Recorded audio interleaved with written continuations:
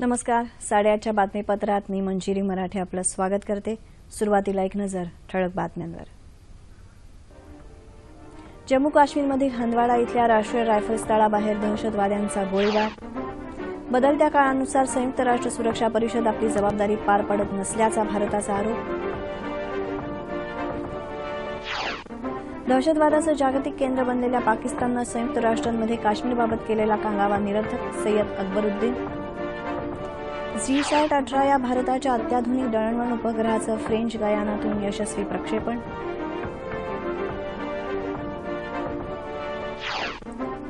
"50 वर्ष तुमचं राज्य असून बहुतांश मराठा समाज मागास का?" मुख्यमंत्री फडणवीस यांचा काँग्रेस राष्ट्रवादी नेत्यांना सवाल. मराठा समाजाच्या मागण्यांबाबत सरकार सकारात्मक. मराठा आरक्षणाला मुख्यमंत्री आणि प्रदेशाध्यक्षांचा पाठिंबा. राज्यातील 18 नगरपंचायतींचं अध्यक्षपद आणि 233 नगरपरिषदांच्या नगराध्यक्षपदांचे आरक्षण सोडत जाहीर. आणि BCCI संदर्भातल्या लोढा समितीच्या शिफारशींबाबत आज सर्वोच्च न्यायालयात सुनावणी. आता सविस्तर वृत्त. जम्मू काश्मीरमध्ये कुपवाडा जिल्ह्यात हंदवाडा इथं राष्ट्रीय रायफल्सच्या तळाबाहेर दहशतवाद्यांनी पहाटेपासून गोळीबार सुरू केला. या गोळीबाराला लष्कराच्या जवानांनी चोख प्रत्युत्तर दिलं. सुमारे 10 मिनिटं हा गोळीबार सुरू होता. त्यानंतर पुन्हा 6:30 वाजता गोळीबार सुरू झाला. हा गोळीबार काही काळ सुरू राहिला. या संपूर्ण भागाला सुरक्षा दलानं वेढा घातला आहे. लपलेल्या दहशतवाद्यांचा शोध सुरू आहे. लंगेट इथल्या तळावर हा हल्ला झाला असून नागरी वस्त्या असलेल्या भागातल्या तळांवर दहशतवाद्यांनी लक्ष केंद्रित केलं आहे. या गोळीबारात कोणतीही जीवितहानी झाली नाही.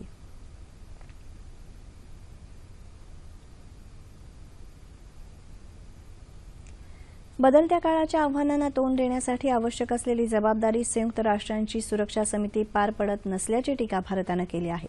दहशतवादी संघटनांवर निर्बंध लादण्यासाठी ठोस पावलं उचलण्यामध्ये सुरक्षा परिषद कमी पडत असल्याचं संयुक्त राष्ट्रांमधले भारताचे स्थायी प्रतिनिधी सय्यद अकबरुद्दीन यांनी म्हटलं आहे. दहशतवाद्यांचे तळ उद्ध्वस्त करण्यासाठी जम्मू काश्मीरमध्ये भारतानं केलेल्या सर्जिकल स्ट्राईकबाबत पाकिस्तानचे पंतप्रधान नवाज शरीफ यांनी केलेल्या वक्तव्याचा त्यांनी समाचार घेतला. जो देश दहशतवादाचं जागतिक केंद्र बनला आहे त्या देशानं संयुक्त राष्ट्रांमध्ये काश्मीरबाबत केलेला कांगावा निरर्थक आहे, असं ते म्हणाले. जम्मू काश्मीर भारताचा अविभाज्य भाग आहे आणि यापुढेही राहील, असं त्यांनी स्पष्ट केलं.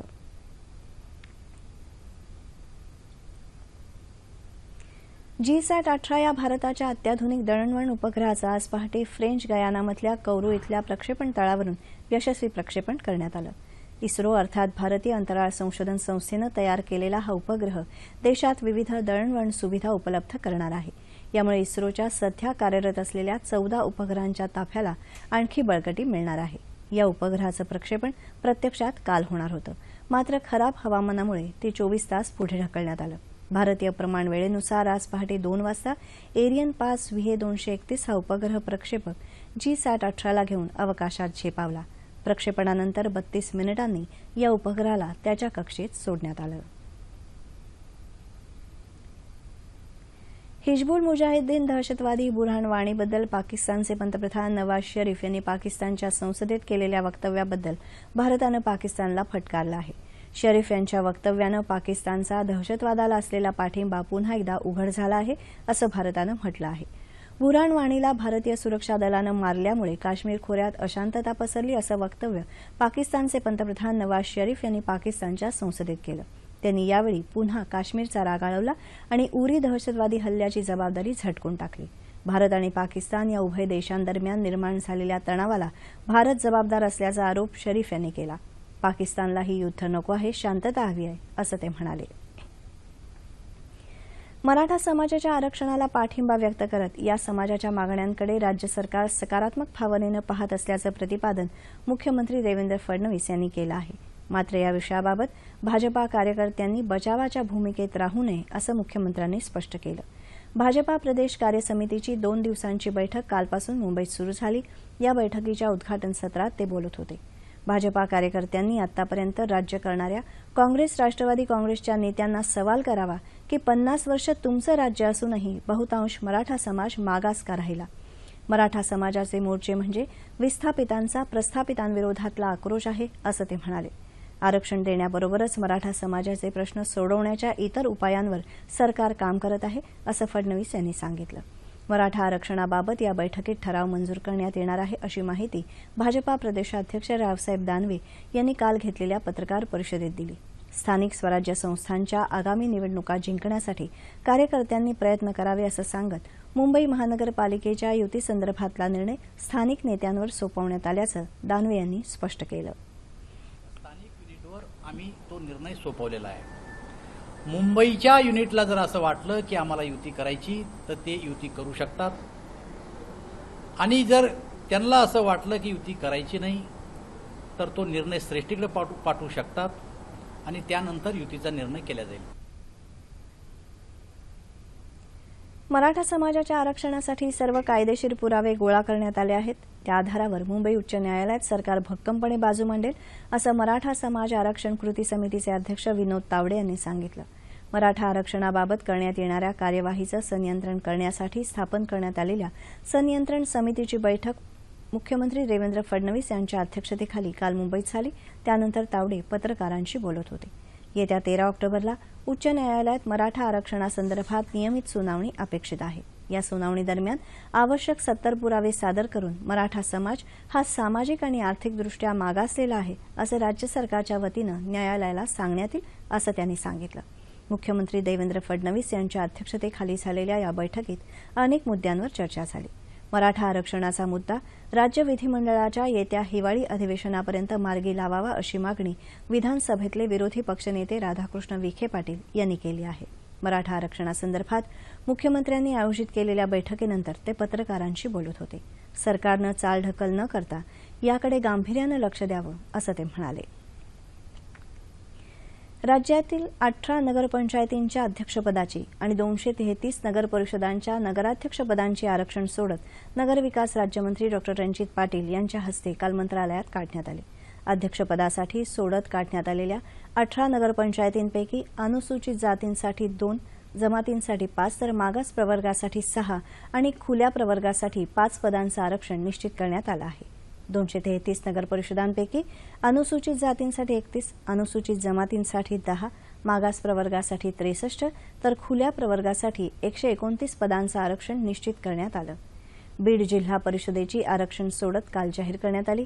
बीड जिल्हा परिषदेत 60 गण असून महिलांना 50% आरक्षण देण्यात आलं आहे. त्यामुळे तब्बल 30 जागांवर महिलांना संधी मिळाली आहे. 35 जागा सर्वसाधारण प्रवर्गाला, 16 जागा इतर मागासवर्गीयांना तर 8 जागा अनुसूचित जाती जमातीला मिळाल्या आहेत. अंबाजोगाई नगराध्यक्षपद सर्वसाधारण महिलांसाठी राखीव ठेवण्यात आलं आहे. जळगाव जिल्हा परिषद आणि पंचायत समितीच्या आगामी निवडणुकांसाठी आरक्षण सोडत जाहीर करण्यात आले. यावेळी जिल्हाधिकारी रुबल अग्रवाल आणि निवडणूक अधिकारी उपस्थित होते. जळगाव जिल्ह्यात जिल्हा परिषदेच्या 67 आणि पंचायत समितीच्या 134 जागा आहेत. औरंगाबाद इथं झालेल्या राज्य मंत्रिमंडळाच्या बैठकीत 49,500 कोटी रुपयांच्या प्रकल्पांना मंजुरी दिल्याच्या सरकारच्या घोषणा फसव्या असल्याचा आरोप काँग्रेसचे प्रदेश प्रवक्ते सचिन सावंत यांनी केला आहे. ते काल मुंबईत पत्रकार परिषदेत बोलत होते. औरंगाबाद इथल्या मंत्रिमंडळाच्या बैठकीचं औचित्य साधून विनाअनुदानित शाळांच्या शिक्षकांनी आपल्या मागण्यांसाठी काढलेल्या मोर्चावर पोलिसांनी केलेल्या मारहाणीचा निषेध करत असल्याचं त्यांनी सांगितलं. लष्कराच्या सर्जिकल स्ट्राईक संदर्भात संजय निरुपम यांनी केलेल्या वक्तव्याशी काँग्रेस असहमत असल्याचं जाहीर करण्यात आलं आहे, असंही सावंत म्हणाले. औरंगाबादमध्ये शिक्षक मोर्चाच्या वेळी हृदयविकारानं निधन झालेले पोलीस कर्मचारी राहुल कांबळे यांना औरंगाबाद पोलीस आयुक्तालयात काल बंदुकीच्या 3 फैरी झाडून मानवंदना देण्यात आली. राज्यात प्रथमच पोलीस कर्मचाऱ्याच्या मृत्यूनंतर पोलीस ध्वज अर्ध्यावर उतरवण्यात आला. पोलीस आयुक्त अमितेश कुमार, विभागीय आयुक्त उमाकांत दांगट यांच्यासह महापौर आणि आमदारांनीही कांबळे यांना श्रद्धांजली वाहिली. कांबळे यांच्या मृत्यूच्या पार्श्वभूमीवर राज्यातल्या सर्वच पोलीस कर्मचाऱ्यांची वैद्यकीय तपासणी करण्यात येणार असल्याची माहिती अमितेश कुमार यांनी दिली. दरम्यान औरंगाबादमध्ये शिक्षकांनी पोलिसांवर दगडफेक केल्याप्रकरणी 57 शिक्षकांना अटक करण्यात आली असून सुमारे 250 शिक्षकांवर गुन्हा दाखल करण्यात आला आहे.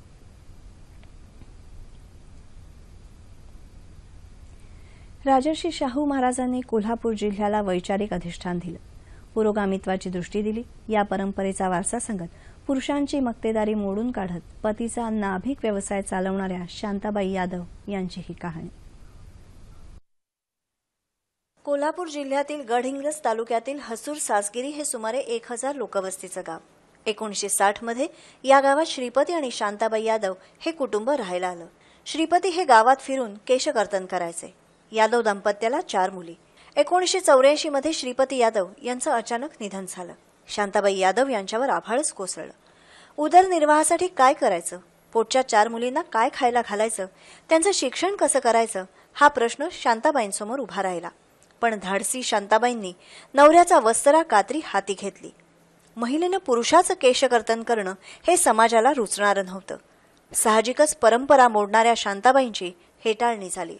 मला अडचणी आल्या तरी मी ते लागूनच घेतल्या नाहीत। सभापतींनी धीर दिला, तू कर, मी हाय त्याच्या तुझ्या पाठीमानं, मी हाय कर म्हटल्यावर त्यांची दाढी 3 महिने केली। 3 महिन्यानंतर तिने पेपरला आउट केलं आणि तिने करत असताना तिने धडाड दिली म्हणून आजपर्यंत त्यांच्या जीवावर, गावच्या जीवावर, गावांना आधार दिला त्याच्यामुळे मी आजपर्यंत धडाड देऊन शिवधंदा व्यवसाय करत चालू केला।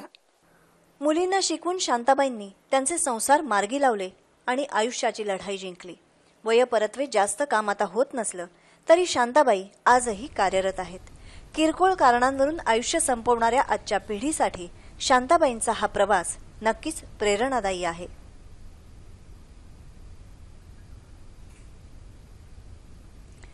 माजी मंत्री मधुकर पिचड यांचं आदिवासी प्रमाणपत्र खोटं ठरवल्यामुळे त्यांनी मंत्रिपदाच्या काळात घेतलेले निर्णय रद्दबातल ठरवून त्यांच्यावर फसवणुकीचा गुन्हा दाखल करावा अशी मागणी शिवसेना उपनेते अनंत तरे यांनी विधानसभा अध्यक्षांकडे केली आहे। तरे यांनी काल विधानसभा अध्यक्ष हरिभाऊ बागडे यांची भेट घेऊन आपल्या मागण्यांचं निवेदन दिलं। त्यानंतर ठाण्यात घेतलेल्या पत्रकार परिषदेत ते बोलत होते। पिचड यांचे पुत्र वैभव पिचड यांनीही याच जात प्रमाणपत्राचा वापर निवडणुकीत केल्यानं त्यांचं सदस्यत्व रद्द करावं अशी मागणीही तरे यांनी आपल्या निवेदनात केली आहे। रसायनशास्त्रातल्या उल्लेखनीय कामगिरीबद्दल 3 शास्त्रज्ञांना नोबेल पुरस्कार जाहीर झाला आहे। फ्रान्सच्या जीन पेरिसावेज, ब्रिटनच्या जे फ्रेझर स्टोडाट या संशोधकांसह डच संशोधक बर्नार्ड फेरिंगा यांना नोबेल पुरस्कारानं गौरवण्यात येणार असून या 3ही संशोधकांना $9,30,000 बक्षीस दिलं जाणार आहे। सूक्ष्मकण यंत्रणांच्या विकासासाठी या संशोधकांनी बहुमूल्य काम केलं असून त्यांनी विकसित केलेली यंत्रणा ऊर्जेच्या आवश्यकतेनुसार काम करते। नियंत्रित गतीच्या साथीनं सूक्ष्मकणांचे आराखडे आणि संश्लेषण करण्याचं काम ही यंत्रणा करते। नवीन सामग्री, सेन्सर आणि ऊर्जा साठवणूक प्रणालीमध्ये याचा जास्तीत जास्त वापर करता येऊ शकतो। बीसीसीआय आणि न्यायमूर्ती लोढा समिती यांच्यात गेल्या काही दिवसांपासून सुरू असलेल्या संघर्षाच्या पार्श्वभूमीवर आज सर्वोच्च न्यायालयात या संदर्भात सुनावणी होणार आहे। लोढा समितीनं केलेल्या शिफारशींचं पालन करायला बीसीसीआयनं नकार दिला आहे। या पार्श्वभूमीवर सर्वोच्च न्यायालय बीसीसीआयवर कठोर कारवाई करण्याची शक्यता आहे। 2013मध्ये आयपीएलमधल्या स्पॉट फिक्सिंग प्रकरणानंतर सर्वोच्च न्यायालयानं क्रिकेटमधल्या गैरव्यवहारांना आळा घालण्यासाठी गेल्या वर्षी लोढा समितीची स्थापना केली। या समितीनं गैरव्यवहार रोखण्यासाठी अनेक शिफारशी केल्या, मात्र बीसीसीआयनं यातल्या बऱ्याच शिफारशी स्वीकारलेल्या नाहीत। हवामान गेल्या 3-4 दिवसांपासून राज्याच्या बहुतांश भागात पडत असलेल्या पावसानं उघडीप घेतली आहे। मराठवाड्याला गेल्या काही दिवसात जोरदार पावसानं झोडपून काढलं। आता मात्र पावसाचा जोर मंदावल्यामुळे जनजीवन पूर्वपदावर आलं आहे। जोरदार पावसामुळे काही दिवसांपूर्वी बीडमध्ये पुराचा अनुभव आला असला तरी आज सकाळपासून सुंदर सोनेरी ऊन पडत असल्याचं आमच्या प्रतिनिधीनं कळवलं आहे। ठाणे, पालघरमध्ये अधूनमधून पावसाच्या सरी पडत आहेत। यवतमाळमध्ये पाऊस थांबला आहे। सिंधुदुर्गात किरकोळ पाऊस असून ढगाळ वातावरण आहे। येत्या 24 तासात कोकणात बऱ्याच ठिकाणी तर मध्य महाराष्ट्र, मराठवाडा आणि विदर्भात तुरळक ठिकाणी मेघगर्जनेसह पाऊस पडण्याची शक्यता हवामान खात्यानं वर्तवली आहे। ठळक बातम्या पुन्हा एकदा। जम्मू काश्मीरमधील हंदवाडा इथल्या राष्ट्रीय रायफल्स तळाबाहेर दहशतवाद्यांचा गोळीबार। बदलत्या काळानुसार संयुक्त राष्ट्र सुरक्षा परिषद आपली जबाबदारी पार पाडत नसल्याचा भारताचा आरोप। दहशतवादाचं जागतिक केंद्र बनलेल्या पाकिस्ताननं संयुक्त राष्ट्रांमध्ये काश्मीरबाबत केलेला कांगावा निरर्थक। सय्यद अकबरुद्दीन। G-SAT-18 या भारताच्या अत्याधुनिक दळणवळण उपग्रहाचं फ्रेंच गयानातून यशस्वी प्रक्षेपण।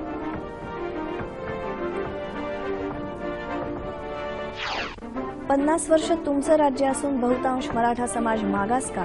मुख्यमंत्री फडणवीस यांचा काँग्रेस राष्ट्रवादी नेत्यांना सवाल। मराठा समाजाच्या मागण्यांबाबत सरकार सकारात्मक, मराठा आरक्षणाला मुख्यमंत्री आणि प्रदेशाध्यक्षांचा पाठिंबा. राज्यातील 18 नगरपंचायतींचं अध्यक्षपद आणि 233 नगरपरिषदांच्या नगराध्यक्षपदांचे आरक्षण सोडत जाहीर. आणि बीसीसीआय संदर्भातल्या लोढा समितीच्या शिफारशींबाबत आज सर्वोच्च न्यायालयात सुनावणी. याबरोबरच हे बातमीपत्र संपलं. पुन्हा भेटूया सकाळी 11:30 वाजता आपल्या सह्याद्री वाहिनीवर. नमस्कार.